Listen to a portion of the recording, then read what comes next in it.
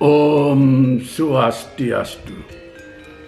Sahabat yang baik, umat sedharma yang terkasih, saya lanjutkan membaca dan kemudian berusaha memahami kitab Sara Samuscaya Impunan Begawan Wararuci ini. Saya ingatkan berulang-ulang, ini kitab yang berisi 511 sloka tentang etika hidup sebagai manusia di bumi ini. Dan yang saya bacakan ini adalah versi bahasa Jawa kuno. Karena kitab Sara Samuscaya ini memakai dua bahasa.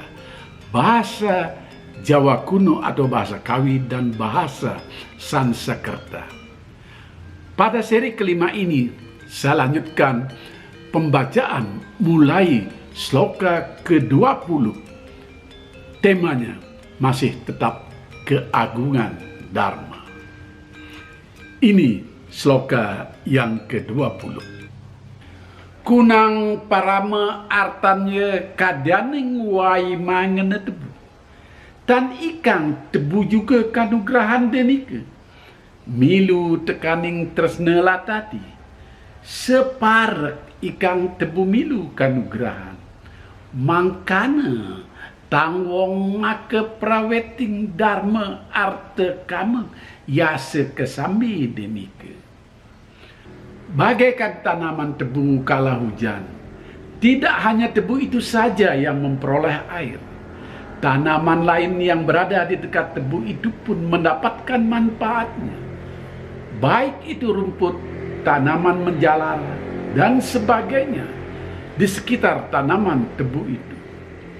Demikianlah orang yang tekun dalam kebajikan dan kebenaran tentu akan mencapai juga kekayaan, kesenangan, dan kemasyhuran itu. Di sloka ini ada remesan yang secara alami akan terjadi. Jika kita melaksanakan jalan hidup dengan berdasarkan kebenaran, berdasarkan dharma, maka dengan sendirinya kita lebih mudah didekati oleh kekayaan, kesenangan, dan kemasyhuran. Karena nama baik pengaruhnya sangat besar di dalam kehidupan di dunia ini. Saya lanjut ke sloka ke-21.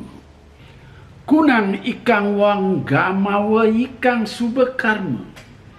Jadman yang sangkering swarga lahe. Litu hayu maguna. Sujanma, sugih, mawirya, palaning subekarma wasana tinemuya. Mereka yang melakukan kebajikan dan kebenaran setelah memperoleh surga, kelak apabila dilahirkan kembali ke bumi, akan menjelma menjadi orang yang rupawan, berguna, mulia, dan berkedudukan tinggi. Itulah yang didapatnya sebagai pahala dari perbuatannya yang baik. Sloka ini merujuk kepada hukum karma atau karma pala, baik yang diperbuat pada kehidupan yang lalu, mendapat surga pada kehidupan di alam lain. Lalu ketika diharuskan lahir kembali sebagai manusia di bumi ini, maka kebaikanlah yang diperolehnya dalam kehidupan yang baru. Menjadi orang yang tampan, dihormati di masyarakat karena punya kewibawaan yang lebih, dan seterusnya. Karena itu jangan sia-siakan berbuat baik dalam setiap kehidupan. Saya teruskan ke sloka 22. Lawan tanwane, ring helet, ring alas, ring pringge, ring laya, salwiring duka hetu. Ri paperangan kunang, karteke juga ikang baya. Rising dharmika, apa nikang subekarma rumaksa sira. Mereka yang senantiasa melaksanakan kebajikan dan kebenaran, maka akan dilindungi dari berbagai macam bahaya. Walaupun ia berada di hutan, di jurang, di semak-semak, bahkan dalam kancah peperangan, dimanapun juga tempat-tempat yang mendatangkan bahaya bagi kebanyakan orang. Bagi mereka yang tekun dengan kebajikan dan kebenaran, tidak akan ada tempat berbahaya yang dapat mencelakainya, karena perbuatan baik itu yang melindungi dirinya. Sloka ini sudah sangat jelas. Perbuatan yang dilandaskan pada ajaran kebenaran akan menjadi tameng dalam setiap langkah kehidupan. Saya lanjutkan ke sloka 23. Lawan tewane ikang stri rama anake birahayu sang-sangan ring sinana weruh risangina kana ring jalu-jalu lawan umah rahayu mekadi prasada prista upelaksana ring bogo paboy muang anagra brasta barenadi dribya sang punya kari ike kabe. Mereka yang senantiasa melakukan kebajikan dan kebenaran akan memperoleh istri yang cantik dan utama, anak putri yang ayu dan anak putra yang tampan. Mereka akan mendapatkan rumah mewah dengan perhiasan yang indah, kelimpahan sandang pangan, dan juga harta kekayaan. Sloka ini lebih pada simbol-simbol betapa kemewahan dan kesenangan akan diperoleh seseorang yang melakukan perbuatan yang bijak di dalam kehidupan di masa lalu, yang dinikmati dalam kehidupan kekinian. Jadi semakin jelas apa yang dimaksudkan. Lanjut ke sloka 24. Apan ikang balekose wahana tumekaken awaknya yeri sang punya karni. Kadi kramaning manduke en para kena awaknya ring sumur. Muang ikang manuk en teke kena awaknya ring telaga. Bagaikan katak yang datang sendiri ke kubangan air, bagaikan burung yang akan selalu datang ke telaga.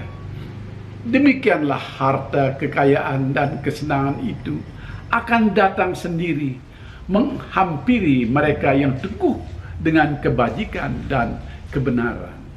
Sloka ini juga sudah sangat jelas. Kali ini dengan mempergunakan simbol-simbol alam untuk menguraikan jalan kebajikan itu. Saya terus lanjutkan ke sloka 25.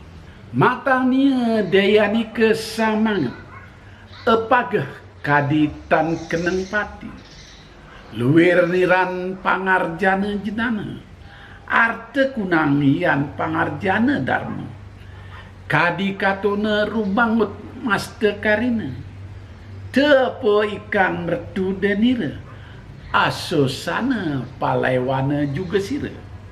Orang yang telah sadar bahwa usahanya mencari pengetahuan dan harta benda itu cukup punya waktu, namun dalam mengamalkan kebajikan dan kebenaran, hendaknya manusia selalu berpikir bahwa waktu itu sangatlah singkat, seolah-olah kematian akan datang esok hari. Sloka ini mengajarkan kepada kita umat manusia boleh saja santai dalam mencari pengetahuan dan kekayaan, seolah-olah waktu itu demikian panjangnya. Namun satu hal yang harus dipahami adalah kematian itu suatu hal yang misteri. Tidak bisa diprediksi kapan datangnya. Bisa esok hari atau pada hari yang lain. Tidak ada yang tahu. Nah, karena itu amalkan segala kebaikan dalam hidup ini, seolah-olah waktu kita sangatlah singkat. Jangan sampai telat mengamalkan kebajikan. Sahabat yang baik, karena kita sudah menginjak sloka-sloka yang menyebutkan kematian, mari kita jeda sejenak, dan saya lanjutkan pada seri ke-6 nantinya. Ikuti terus pembacaan kitab Sara Samusjaya ini, dan sebaiknya langsung subscribe channel ini agar tidak terlewatkan setiap seri. Semoga ada manfaatnya. Rahayu, Om Santi Santi.